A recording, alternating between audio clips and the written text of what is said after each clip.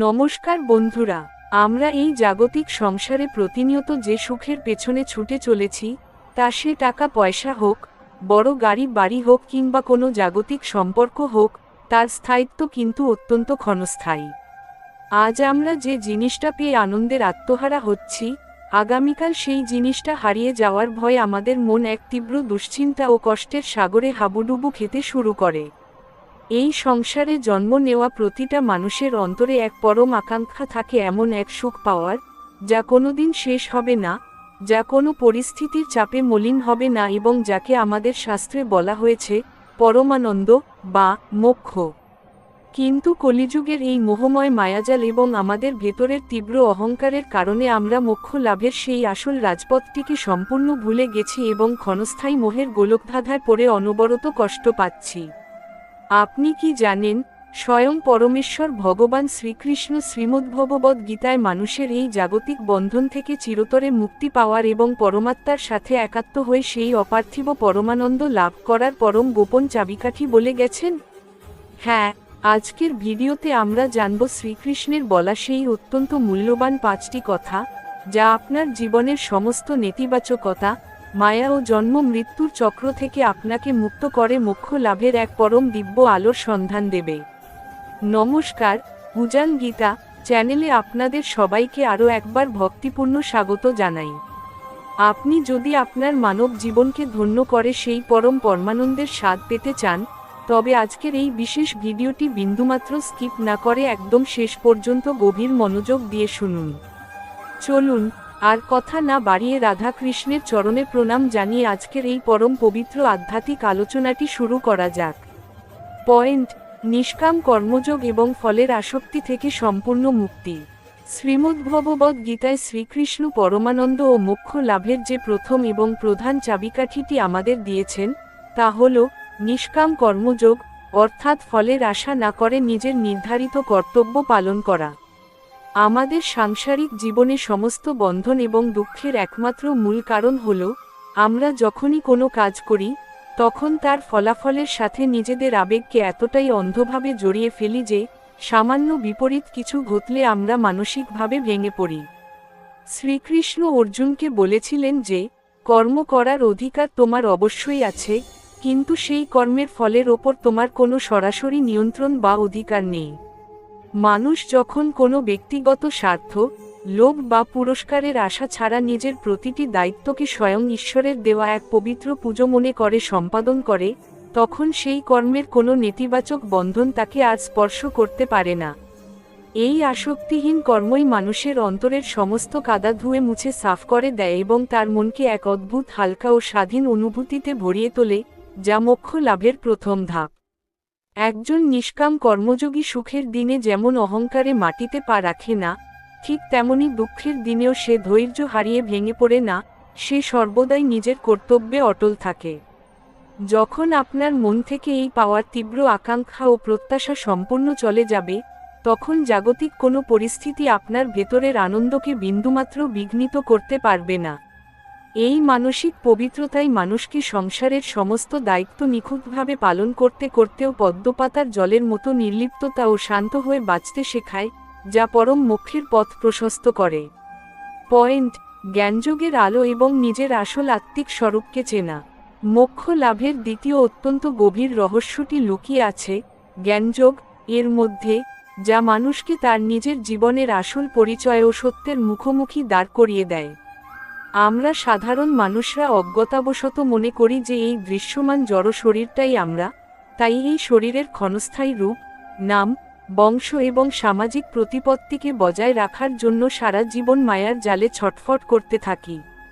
কিন্তু শ্রীকৃষ্ণ গীতায় আত্মার অমরত্বের পরম সত্য প্রকাশ করে বলেছেন যে, শরীর নশ্বর হলেও আমাদের ভেতরের যে আসল সত্তা অর্থাৎ আত্মা, তা চিরন্তন, পবিত্র, জন্ম মৃত্যুর ঊর্ধ্বে এবং স্বয়ং পরমাত্মারই একটি অবিচ্ছেদ্য অংশ।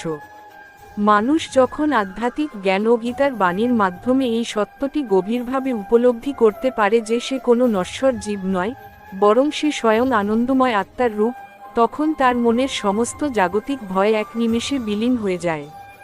এই দিব্য জ্ঞান মানুষের মনের ভেতরের সমস্ত অজ্ঞানতার অন্ধকারকে দূর করে এক পরম আলোর জন্ম। দেয়, যা তাকে সংসারের লাভ ক্ষতি বা মৃত্যুর আতঙ্কের ঊর্ধ্বে তুলে নিয়ে যায়।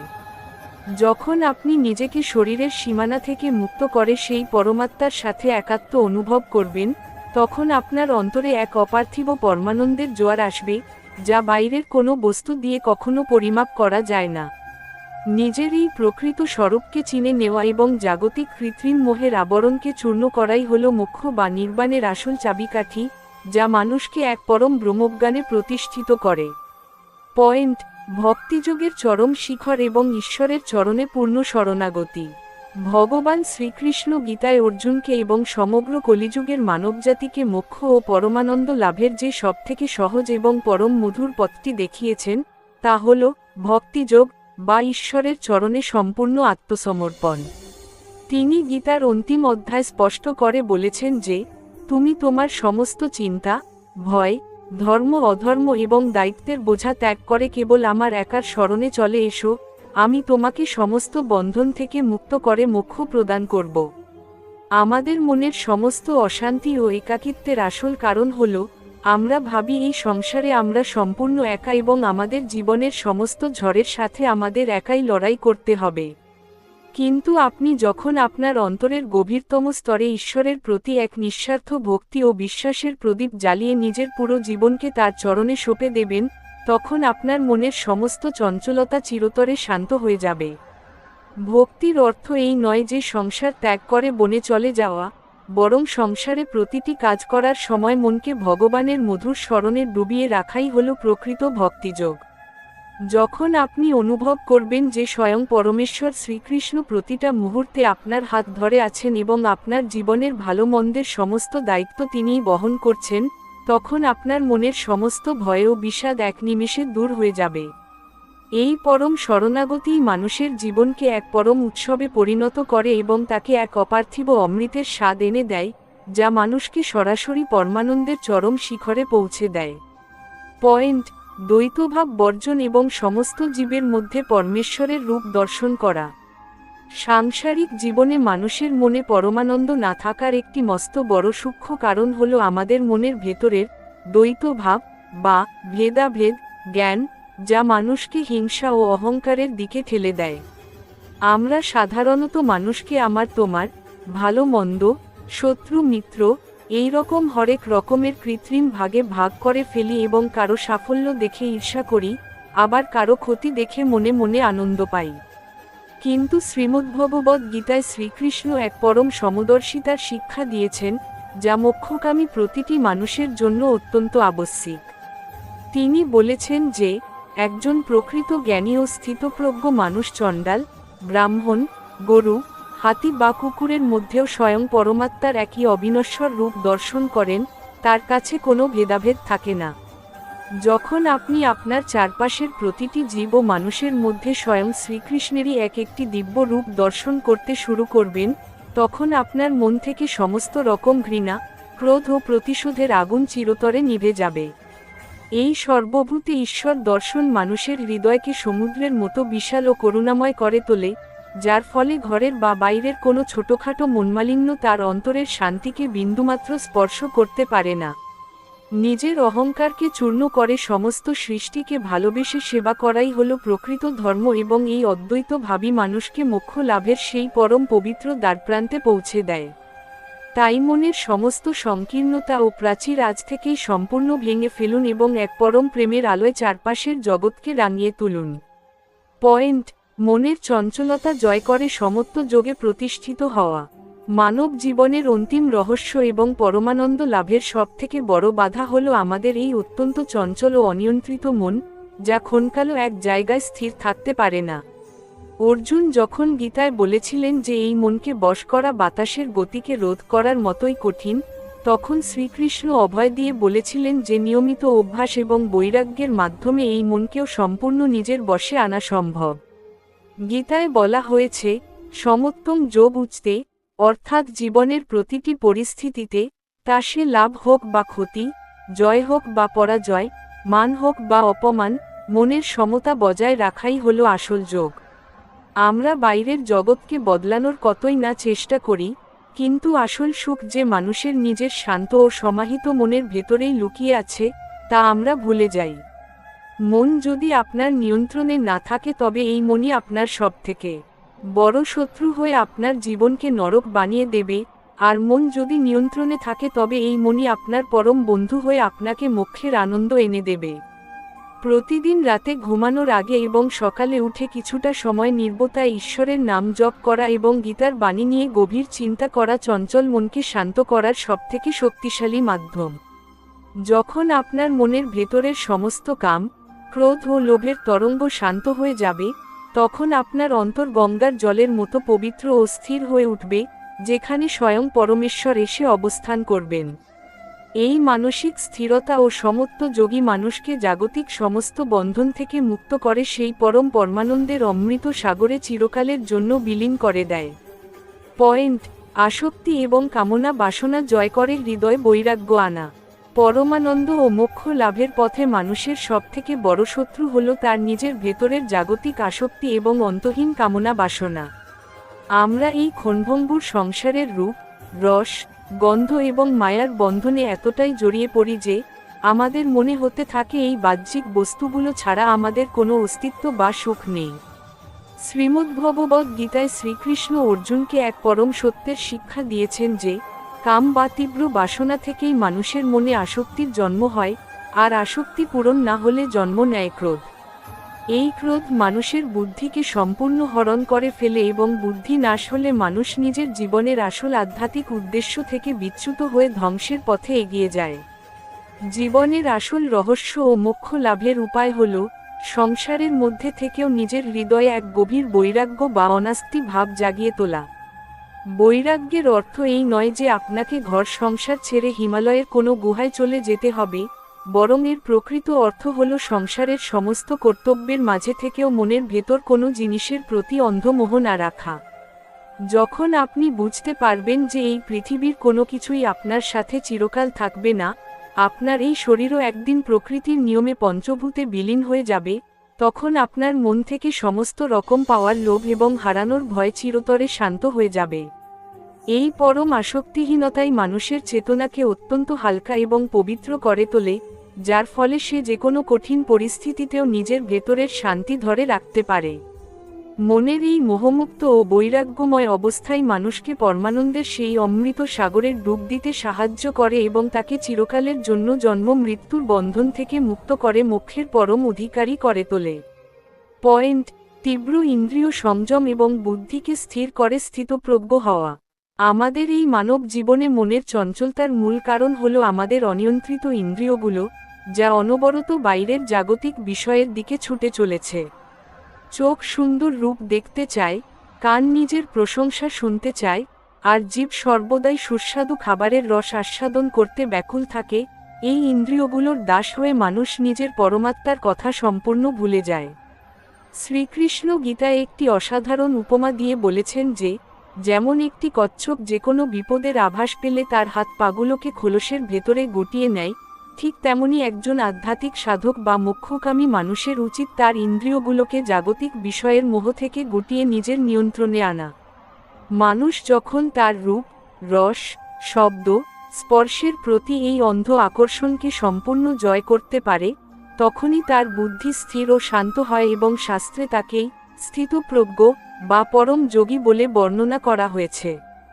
ইন্দ্রিয় সংযম ছাড়া কোনো মানুষের পক্ষে মোক্ষ লাভ বা মনের আসল পরমানন্দ উপলব্ধি করা কোনোদিন সম্ভব নয়, কারণ অনিয়ন্ত্রিত ইন্দ্রিয় একটি নৌকাকে ঝড়ের মুখে যেমন ভাসিয়ে নিয়ে যায়, ঠিক তেমনি মানুষের বিবেককেও ধ্বংস করে দেয়।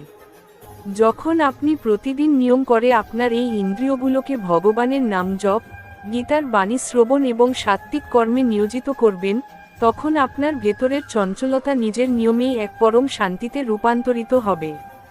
এই তীব্র আত্মনিয়ন্ত্রণ এবং বুদ্ধির স্থিরতাই মানুষকে জীবনের প্রতিটি জয় পরাজয়, লাভ ক্ষতি বা সুখ দুঃখের ঊর্ধ্বে এক অদ্ভুত দিব্য সমতায় প্রতিষ্ঠিত করে, যা মানুষের চেতনার চরম এবং পরম সার্থকতা। পয়েন্ট: ঈশ্বরের দিব্য গুণাবলীর মনন এবং অহং ভাব থেকে চিরতরে মুক্তি। পরমানন্দ ও মোক্ষ লাভের পথে মানুষের সবথেকে বড় সূক্ষ্ম অন্তরায় হল তার নিজের ভেতরের আমি ভাব বা অহংকার, যা তাকে পরমাত্মার বিশালত্ব থেকে বিচ্ছিন্ন করে রাখে।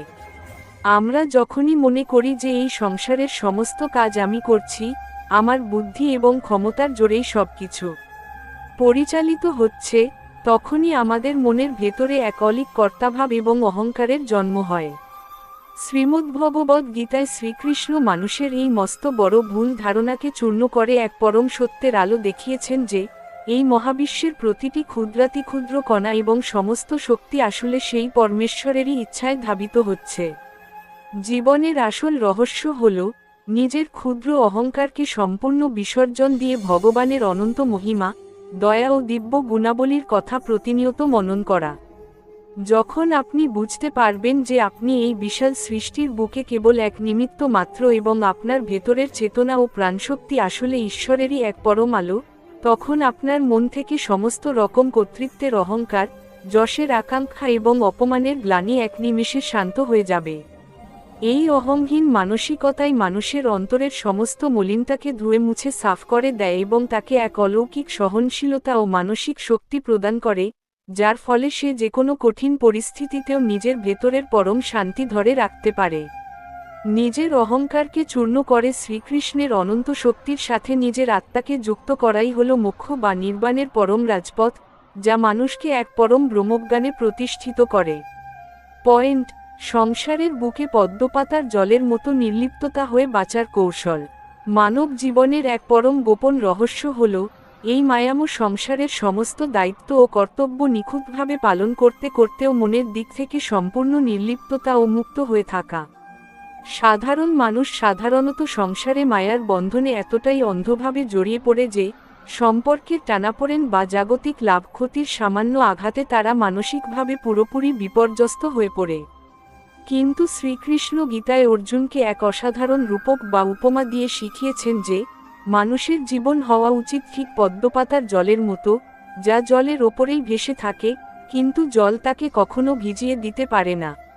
এর প্রকৃত অর্থ হল, আপনি আপনার মা-বাবা, সন্তান বা পরিবারের প্রতি আপনার প্রতিটি কর্তব্য পরম ভালোবাসা ও নিষ্ঠার সাথে পালন করবেন, কিন্তু মনের ভেতরে এই গভীর বোধটি রাখবেন যে এই সমস্ত কিছুই ঈশ্বরেরই এক একটি রূপ এবং সময়ের অবসান হলে সবাই নিজের নিজের আধ্যাত্মিক যাত্রায় এগিয়ে যাবে। যখন আপনার মন কোনো ব্যক্তি, বস্তু বা পরিস্থিতির প্রতি অন্ধ আসক্তি থেকে সম্পূর্ণ মুক্ত হয়ে যাবে, তখন জাগতিক কোনো বিচ্ছেদ বা দুঃখ আপনার ভেতরের আনন্দকে বিন্দুমাত্র বিঘ্নিত করতে পারবে না। এই অনাস্তি বা নির্লিপ্ততাই মানুষকে সংসারের বুকে এক অদ্ভুত স্বাধীনতা ও বীরত্বের সাথে বাঁচতে শেখায়, যেখানে সে প্রতিটি পরিস্থিতিকে ঈশ্বরের এক পরম লীলা মনে করে হাসিমুখে বরণ করে নিতে পারে। মনের এই মোহমুক্ত ও বৈরাগ্যময় অবস্থায় মানুষকে পরমানন্দের সেই অমৃত সাগরের ডুব দিতে সাহায্য করে এবং তাকে চিরকালের জন্য জন্ম মৃত্যুর বন্ধন থেকে মুক্ত করে মোক্ষের পরম অধিকারী করে তোলে। পয়েন্ট: পরমাত্মার সাথে একাত্মতা লাভ এবং চিরন্তন আনন্দের অনুভব। শ্রীমদ্ভগবদ্ গীতার সমস্ত অধ্যায়ের এবং স্বয়ং শ্রীকৃষ্ণের সমস্ত বাণীর যে অন্তিম ও পরম সারমর্ম, তা হল নিজের জীবাত্মাকে সেই পরমাত্মার সাথে একাত্ম করে এক চিরন্তন ও অবিচল আনন্দের সাগরে বিলীন করে দেওয়া। আমরা সারা জীবন বাইরের জড় জগতের ক্ষণস্থায়ী বস্তুগুলোর মধ্যে যে আনন্দ বা সুখ খোঁজার চেষ্টা করি, তা আসলে আমাদের মনের এক মস্ত বড় বিভ্রান্তি ছাড়া আর কিছুই নয়।